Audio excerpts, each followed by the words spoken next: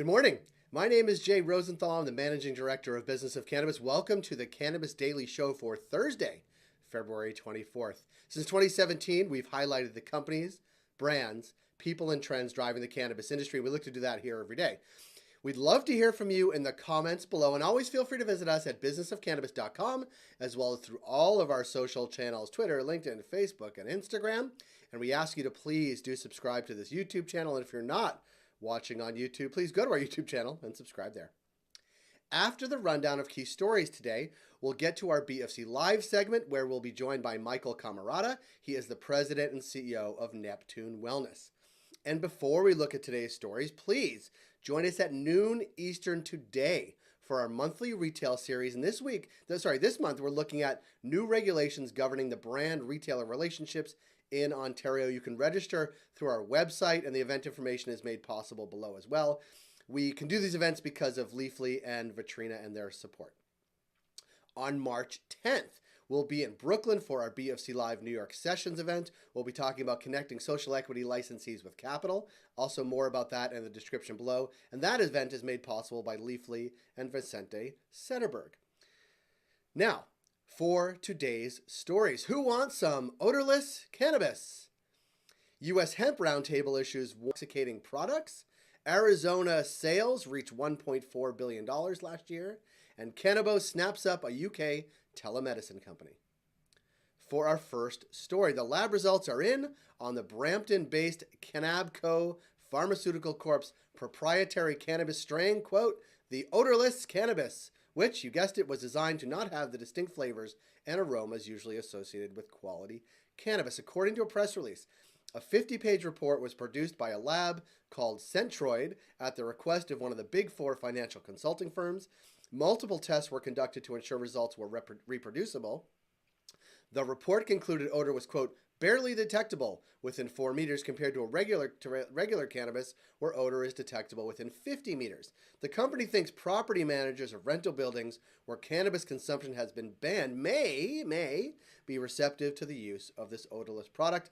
The response on Twitter was, to say the least, skeptical. Ryan Lee, a well-known cannabis person, said, finally, no spectrum cannabis. All I hear all day, every day is how consumers just can't stand the smell or flavor of cannabis. They want to get high without all those nasty terps and volatiles. Well played, Ryan. For our second story, national advocacy group, the U.S. Hemp Roundtable, issued a press release expressing concern over a growing number of products sold as hemp that are actually intoxicating or impairing. Last year, the group warned about Delta-8 THC products that were being sold in regular stores rather than in licensed cannabis stores. Now, they're concerned about Delta-9 THC products that are derived from hemp but are over the concentration allowed by the Farm Bill, which limits hemp-derived products to 0.3% THC. For our third story, residents of Arizona sure do love their cannabis. This from a report from Benzinga, where people spent more than $1.4 billion on regulated products in 2021, setting another new sales record. Now, some of the details. Adult use sales kicked off in January last year, and by comparison, the 10-year-old medical market brought in $752 million in 2021. For our final story, European medical cannabis company Cannabo has now scooped up UK telemedicine and online primary healthcare service providers, the GP service known as GPS, in a deal worth 14 million sterling, according to Business Can. The company offers appointments with UK general practitioners and rapid prescription services. Quote, Cannabo's acquisition of the GP service will facilitate the rapid growth of the existing GP digital and telemedicine business and will establish a new and fully compliant channel to market Cannabo's products for medical patients. That according to a release. Those are the stories we're watching today. Join 10,000 others and catch all these stories and more in your inbox every day at 7 a.m. with our Cannabis Daily newsletter. Coming up on BofC Live, a conversation with Michael Cammarata. He is the president and CEO of Neptune Wellness, to discuss his unique background he brings to Neptune, their Mood Ring brand products in the Canadian market, and the potential expansion of their brands to new markets. Enjoy this conversation with Michael Cammarata.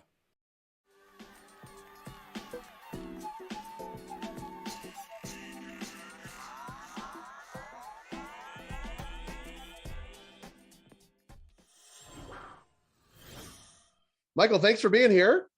Thank you for having me.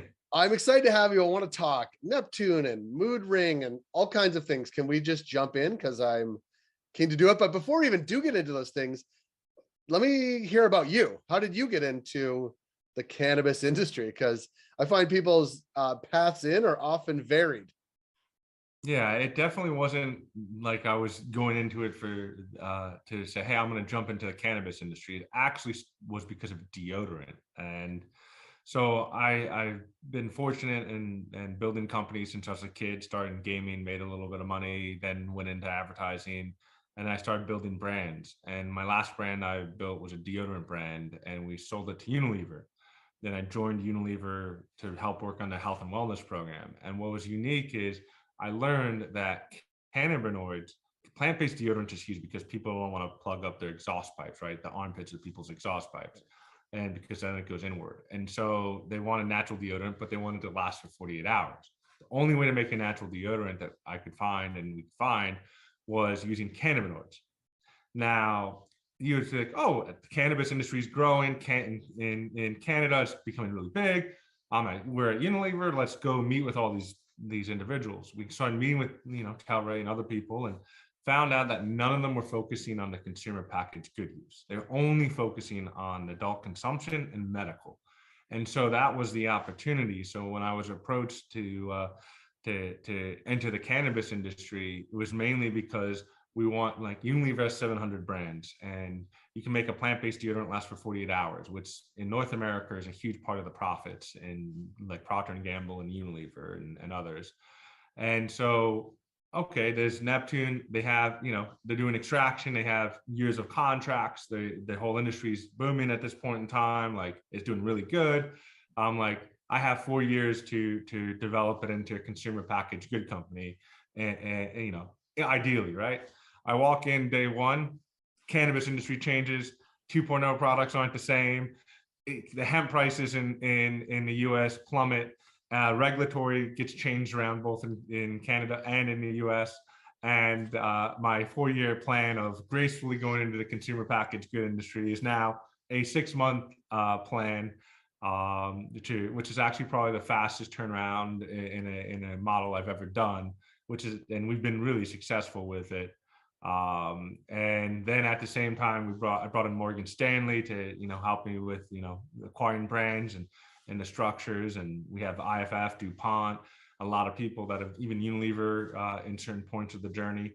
And so it was kind of like from a deodorant into cannabis. And what I always liked about cannabis and in general from a personal side was I'm highly dyslexic.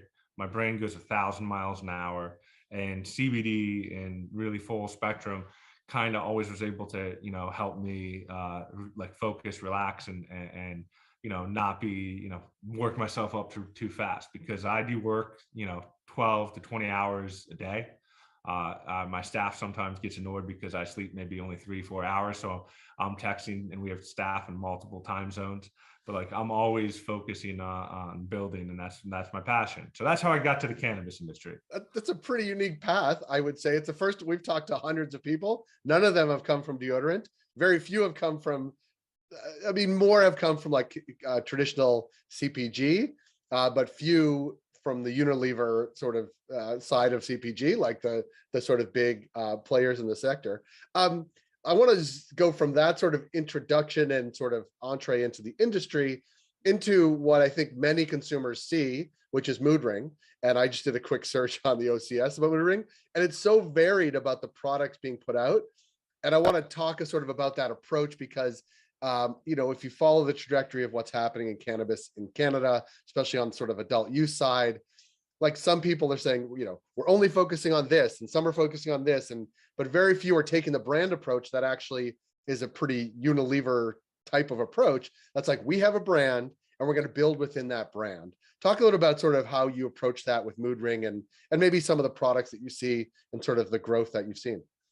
Yeah. So when the great thing about us being in extraction, when I inherited a company in extraction, we got to see what was moving, what was not. We got to know which farmers had the best quality. We learned a lot about that process, and we have a very unique extractor, which is patented. So when we were looking about how do I, take a B2B business and make it into a consumer business and focusing on the brands and really what is going to be our core brand. So Mood Ring is one of our core brands in cannabis in Canada, and Pan Hash is our exclusive one, which is in Montreal and Quebec, right? So it's the heir to our headquarters. The thing about Mood Ring and Pan Hash and the things that we looked at in the industry was the cultivation seemed to be a big issue for a lot of the Canadian cannabis players. So we're looking at how can we use our assets appropriately and really connect with that consumer with Mood Ring, right? So vapes are very unique to us, but we also noticed that there's a certain terpene level and a certain taste, like a craft experience that the consumer wanted, and color coding it. Like think of, like Austin Powers, right? So if you look at the design, you look at the packaging, how do we change that? And so with Mood Ring, we took elements from all of those areas, our uniqueness and extraction, but also our ability to use different packaging like hemp products instead of plastic and stuff along those lines. So Mood Ring was really core to our brand portfolio, and it was really our launching pad to our first major brand in Canada on cannabis. And so what we did is we looked at, let's find the growers that have that are really good at growing. Let's find the genetics that we can partner with the growers on, let them grow, and we'll buy it back. They can do the growing. We're not touching the cultivation. They can do what they do best. We get it back. We either accept it or reject it. We give the consumer a very good quality product that's like has a certain THC level, has a certain terpene level, has a certain taste to it. That's in our flower business, right? And so flowers come out, it's like a drop. They're limited. If you want to try it, it's the best that we could do. It's in the whole market. It's limited supply, seasonal. It changes. So then the only next chance you'll have at that strain will be like through a vape, and every once in a while we'll bring back some of the flowers just to make that experience, right? Because we also noticed that consumers were changing their purchasing patterns after 6 months, that they wanted a variety, they wanted a different profile, but they also wanted a strain that matched their mood. And so if you're hyper and you're going out, or if you're relaxing, you want to go to sleep, or like different things, and we want to color code it and make it experience that's easy for them. Yeah, I love it. I mean, I think obviously the positioning is smart. The brand is really strong. The consumers are responding to it. But given your background of the first question and coming to it this way, I don't think that's a surprise. This is the way CPG works, right? This is the way. If you were looking at the sector and saying, where are the gaps? Where are our strengths? How do we marry those two things together and then put out products that hit those goals? I think that's where you would see that. And I want to sort of ask, because we've been asking lots of people this, looking ahead, that same approach, that same strategy, that same positioning, that same product array, or slightly different, but the brand itself, like, is it positioned for like US growth too? Like, are you looking to sort of how that could grow in the US? Yeah, we're very well aware of all the different state levels, changes that are happening, federal levels, and the pace. The brand is really what we want to win with, right? We want to make a brand that resonates with consumers, connects with consumers, and also has innovation. So in Canada, it's kind of very good because there's a lot of rules and how we know the structures, we know the operations, and we have the regulatory side, right? In the US, it's changing. It's going to be similar to probably like a alcohol company, but the unique thing about having a brand that connects with consumers is that consumer is, the biggest fan is the biggest word of mouth. Like word of mouth is what the best products are, right? So why, in Canada, people why are you focusing on 2.0 when its sales went down? I was like, the consumer just told you why the 2.0 sales didn't grow as fast. They don't want to wait an hour or 45 minutes for an onset. They want an onset, which is 5 minutes, 15 minutes, and 20 minutes. Well, Neptune happens to have an IP on an enzyme called Maximo, and we're doing clinical studies right now with our formulations to try and make that onset in 5, 10, 15-minute onset, and actually it makes it 3 times stronger. So quick on, full experience, and quick out. And so that's what the consumer wants in an edible. That's what we believe. And so we have to make the experience that for the consumer match with the innovation. And I think that's something that's very unique, and we're doing it with clinical studies. And there isn't even companies in the States that are really focused on having a patented enzyme or a product and how it interacts. Like a gummy that, you can pop and it's 2.5 to 3.5 times stronger. You don't need a lot of it. And the onset's 5-10 minutes.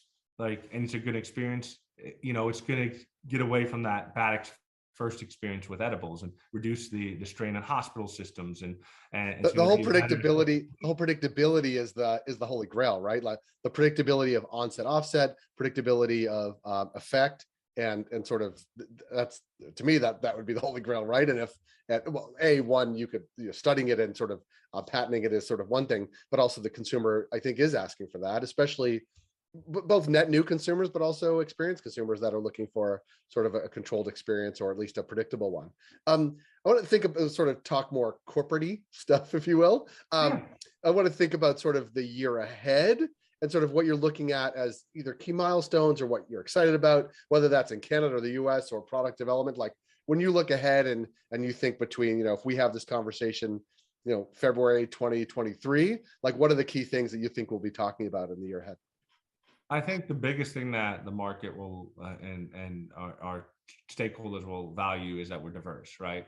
So I think we're the first to pivot, right? If you looked at, there was 3 extractors in Canada: Valens, Metaforms, and us, right? We pivoted into the consumer packaged good. We pivoted into brands, and I think that's going to make the right choice, right? We partnered with Morgan Stanley. JP Morgan Chase does our banking. Like, we've made all the structural changes that in years to come will be really efficient. And not only that, we're growing on the top line. We widened our margins from negative to positive, which in a huge time while going through a transformation with global supply chain issues and all the COVID things on top of the markets that we inherited. And the bottom line, our costs are going down. So we're growing and our costs are going down, and the consumers are reacting to our product. And we have a diverse portfolio of brands that are natural and plant-based. I think the stigma moving forward is going to go away from like cannabis, when people realize that it's much more than just adult consumption or medical. It actually has antifungal and antibacterial properties that can be used in deodorants. It can be used in other cleaning products. It can be used in toothpaste for, like attacking gingivitis and things like that. There's a lot of other areas that can be expanded. So I think the stigma, as regulations change in the US and across the world, will go away, right? And then you'll look at the company. And I think when you look at the company, the fact that we focused on plant-based brands and organic brands, natural brands, and we have a solid ESG story that actually makes a difference. The packaging makes a difference. The consumers are reacting to it, and it makes a difference. I think that will be what we'll be talking about, is like, wow, you made the pivot not only through the hard times, but you actually broadened the portfolio. And Neptune is a really diverse consumer packaged good company that specializes in plants and natural and organic products.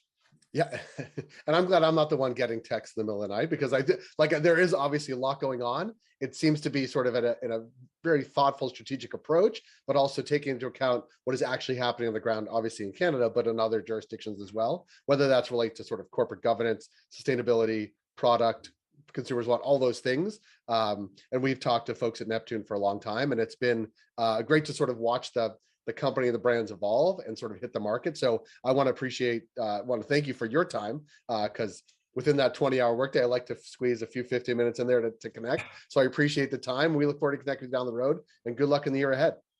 Thank you so much for having me. Anytime. Great. Thanks, Michael. That was episode 34 of the Cannabis Daily Show. Thank you for joining us on YouTube or wherever you caught this program. Please do subscribe, and we will see you here tomorrow.